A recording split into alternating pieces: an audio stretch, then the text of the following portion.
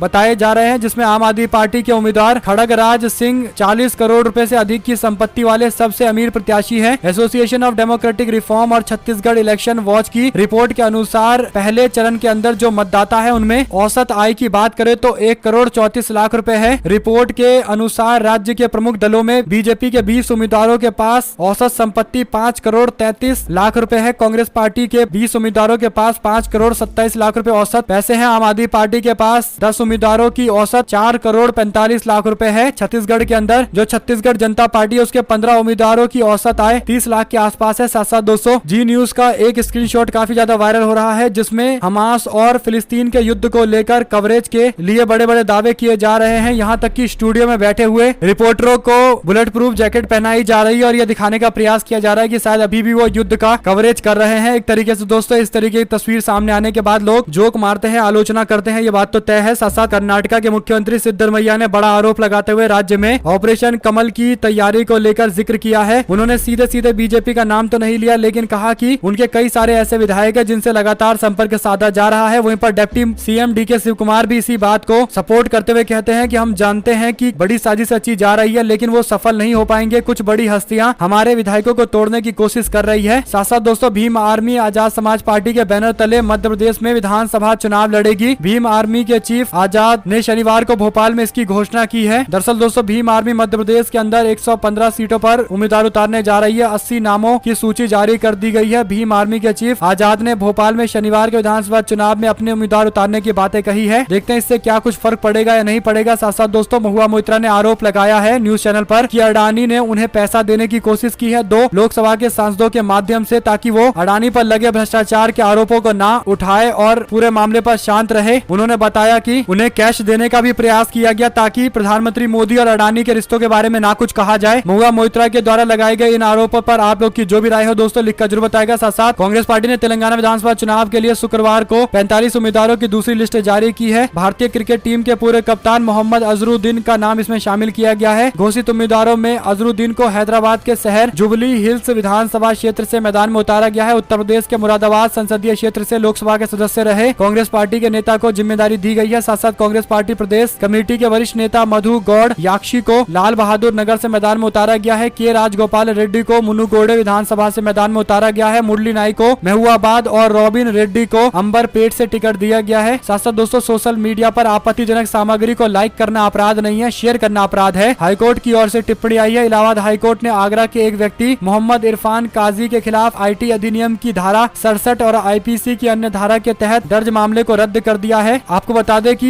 NDTV की report के मुताबिक अदालत ने बुधवार को अपनी टिप्पणी में कहा है कि इस तरह के पोस्ट को साझा करना नियम का उल्लंघन है, लाइक करना कोई उल्लंघन नहीं है। याचिकाकर्ता मोहम्मद इमरान काजमी के खिलाफ एक आपराधिक मामला दर्ज किया गया था। सोशल मीडिया पर भड़काऊ संदेशों को लाइक करने के लिए उनके खिलाफ आरोप पत्र दायर किए गए थे, जिसके परिणाम स्वरूप बिना अनुमति के जुलूस में शामिल होने के लिए मुस्लिम समुदाय के लगभग 600 से 700 लोग इकट्ठा हो गए थे। सीजीएम आगरा की अदालत ने आरोप पत्र पर संज्ञान लेते हुए 30 जून 2023 को उनके खिलाफ गैर जमानती वारंट जारी किया था। साथ साथ दोस्तों एक बार फिर से यूपी की फूलपुर सीट से नीतीश कुमार के चुनाव लड़ने की मांग तेज हो गई है। शनिवार को सीएम आवास पर यूपी जेडीयू के नेता ने नीतीश कुमार से मुलाकात की है। बड़ी संख्या में यूपी जेडीयू के नेता इसमें शामिल हुए। सभी ने फूलपुर से नीतीश कुमार को चुनाव लड़ने की मांग की और कहा कि उत्तर प्रदेश में जेडीयू की तैयारी पूरी है। बूथ स्तर पर जेडीयू के कार्यकर्ताओं ने मजबूती से तैयारी कर लिया। 3 महीने तक नीतीश कुमार प्रचार करे, जेडीयू की जीत पूरी तरीके से तय है। साथ साथ दोस्तों हरियाणा के अंदर भारतीय जनता पार्टी ने नॉन जाट फॉर्मूले को आगे बढ़ाया है। जाट वोटर 22.2% के आसपास है, जो 4 पार्टियों में बटे हुए हैं। बीजेपी ने हरियाणा के अंदर नायब सैनी को अपना प्रदेश का अध्यक्ष बनाया है। हरियाणा में अगले साल 2024 में होने वाले चुनाव के मद्देनजर भारतीय जनता पार्टी का फिर से पूरा फोकस नॉन जाट वोटरों की तरफ है। हरियाणा में जाट वोट बैंक के दबदबे के कारण पार्टी अमूमन जाट समाज के लोगों को बड़ी जिम्मेदारी देती है, लेकिन बीजेपी एक नई स्ट्रेटजी के साथ यहाँ काम करती है। गैर जाट चेहरा मनोहर लाल खट्टर पर बीजेपी ने पहले 2014 में दाव लगाया था और अब 2019 के दाव के बाद बीजेपी 2024 के अंदर भी गैर जाट वोटों को इकट्ठा करने का प्रयास कर रही है। साथ साथ बीजेपी से टिकट कटने पर रोने लगे बीजेपी के पूरे विधायक मंच पर उनको रोते हुए उनके समर्थक भी रोने लगे। बाद में मंत्री जी खुद का रोना बंद करते हुए समर्थकों का रोना बंद करवाते हैं। कुल मिलाकर नेताओं के द्वारा इस तरीके की चीजें लगातार सामने आ रही है। दोस्तों, साथ कांग्रेस पार्टी के पूर्व प्रवक्ता ने रालोपा का हाथ थामा है, कार्यकर्ताओं का प्रमोशन होना चाहिए, ये कहते हुए राजस्थान में कांग्रेस पार्टी के नेता ने आरएलपी पार्टी का दामन थामा है। साथ साथ दोस्तों, कृषि मंत्री के रूप में मेरे कार्यकाल के दौरान फसलों के न्यूनतम समर्थन मूल्य में वृद्धि हुई है। पवार ने प्रधानमंत्री मोदी के द्वारा शरद पवार पर लगाए गए आरोप का अपने तरीके से जवाब दिया है। अगर आप लोगों को भी खबर अच्छी लगी हो तो इस वीडियो को लाइक करके लाल बटन दबाकर चैनल को सब्सक्राइब करके बेल आइकन दबाकर कमेंट बॉक्स में जय हिंद जय भारत जरूर लिखेगा। हमारे साथ जुड़े रहने के लिए सभी दोस्तों, भाइयों, बहनों, मित्रों का बहुत बहुत धन्यवाद। देख रहे थे आपका अपना चैनल